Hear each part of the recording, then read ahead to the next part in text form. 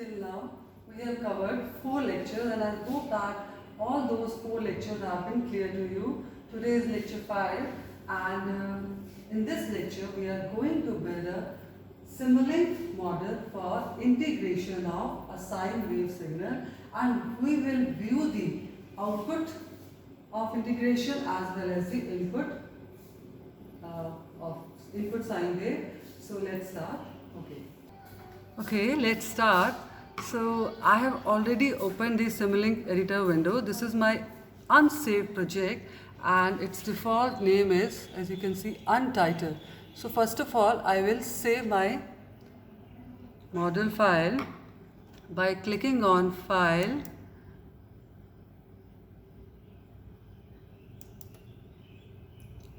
okay, and then Save As.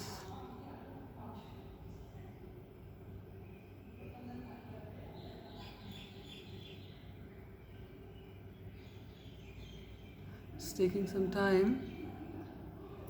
You need to be patient enough. Okay, the window appears. Now we will give it, we can give it name integration. Okay, then it will be saved as dot with dot slx extension. Okay, provide the proper location, desktop, then click on save. So you can see now it is taking some time.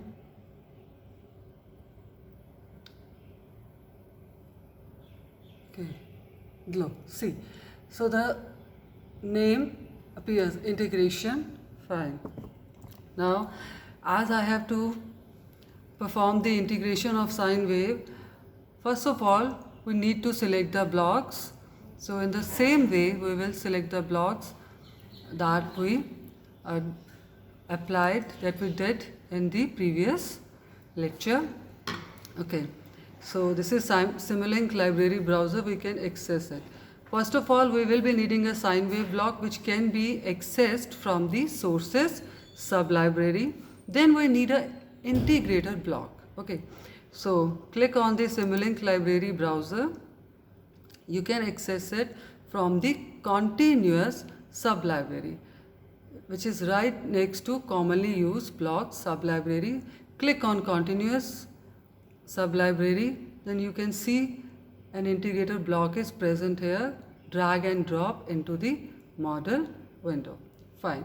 Next, we need a scope block as usual to display the output waveform, to visualize the output.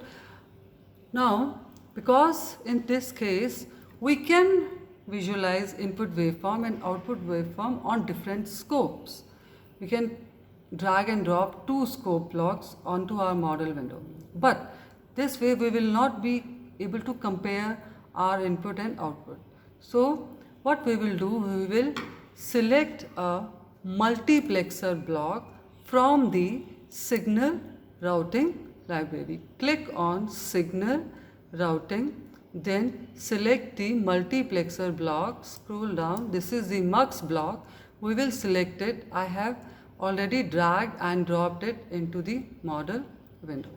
MUX is present in signal routing library, and integrator is present in continuous library. Okay, fine. Now close this dialog box. So sine wave is present, integrator is present, MUX is present. So there is one more way by which you can access the blocks. Now double click on an unoccupied area of the block diagram. Magnifying glass, right next to it type scope. Okay, and you can see scope Simulink sync sublibrary. So select it, left click on it. Now position the mouse cursor on the scope, press the left key and keep it down, and then move the scope block. Now you can see when there is a dashed line, it means the signals are not properly connected. So how to fix this problem? You just can use it as the output port of one of the blocks. So position your cursor here. Now press the left mouse button and hold it down and drag it to the input port of the scope block. You can resize it, position the mouse cursor on the scope block and then drag the corners. Now you see when we drop our model drop the block into our model window and click somewhere outside, the name of the block disappears. So if you want to display the name of the block, then you place the mouse cursor on the block, then left click. You will get 3 dots here.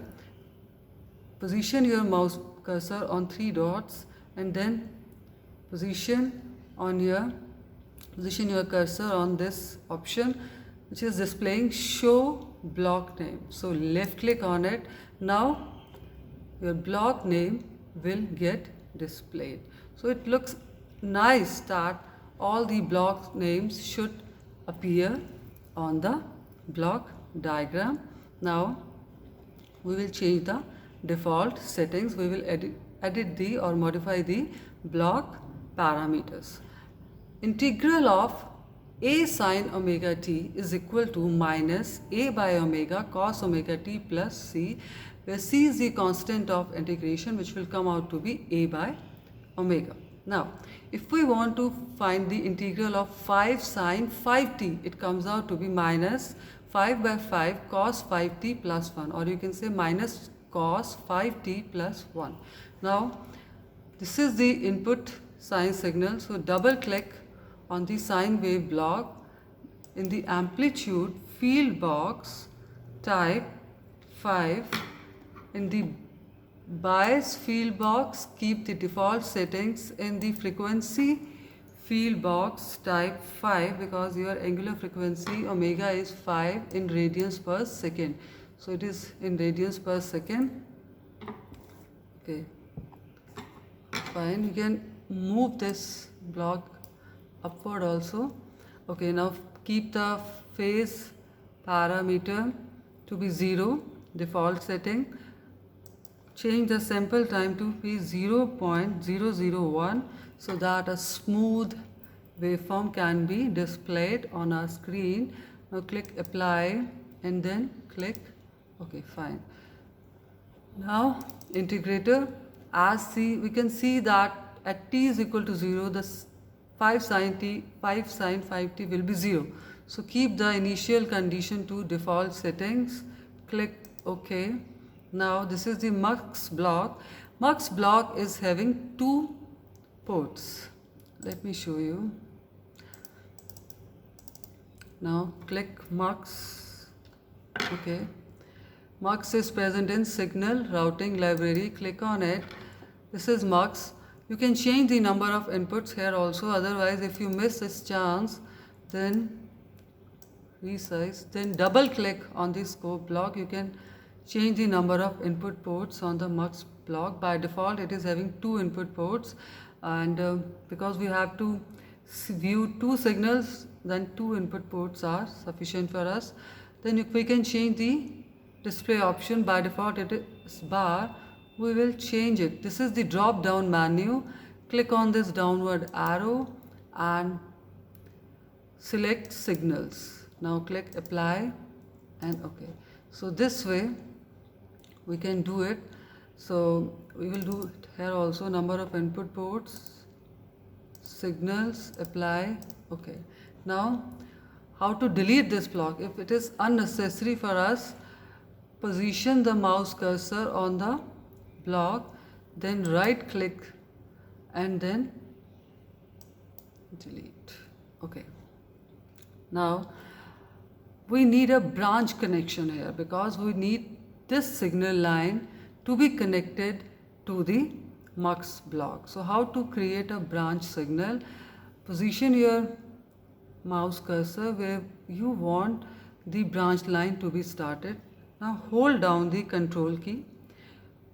Press the left mouse button and hold it down, drag it to the input port, top input port of the mux block, and when the mouse cursor is over the input port of mux block, cursor changes into a double crosshair, then release the mouse button as well as control key. Click somewhere out on the unoccupied area. So this solid line means that signals are properly connected. There is a proper connection. Now the output of sine wave is connected to the input of the integrator block. This 1 by s is the Laplace representation of the integration. Okay, the output of integrator is connected to the bottom input port of the mux.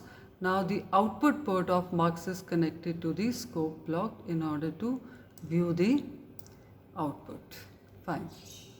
Now we will run the simulation parameters. So by default simulation parameters is 10, but now here I have already changed model configuration parameters.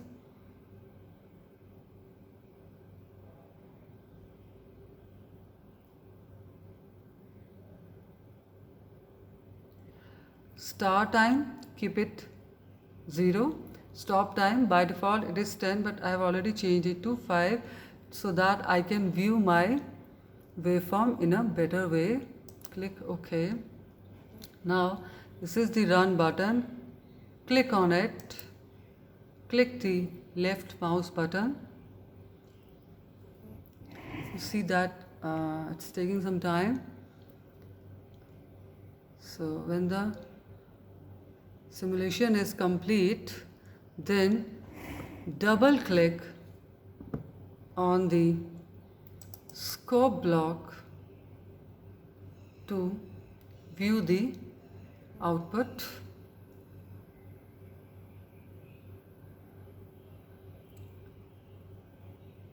See, two waveforms are displayed. The yellow color waveform is, you can move this figure window also. The yellow color is the input sine wave 5 sine 5t, where the peak value is 5. You can see peak value is 5 sine 5t. So if omega is 5, then you calculate yourself what should be the time period. Okay, this is a task for you. You have to do it yourself because I have already explained it in lecture 4 where we generated a simple sine wave.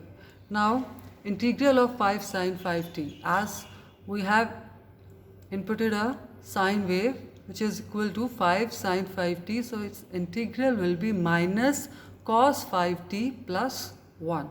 So you can see that at t is equal to 0, cos 5t is 1, so minus 1 plus 1 will be equal to 0. So you will get at t is equal to 0, the value of integral is 0. Now we will find value of integral at t is equal to 1. So at t is equal to 1, cos of 5 is equal to 0.28366. Okay, now minus 0.28366 plus 1, or you can say 1 minus 0.28366 will be equal to 0.71634. So we can see that at t is equal to 1, this is the simulation time.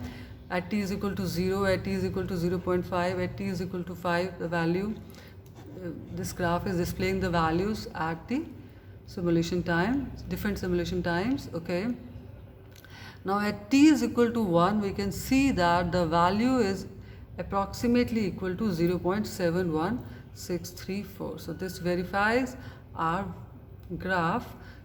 Yellow represents input, blue represents output waveform. So if we click on this drop down menu, model configuration properties drop down menu, setting,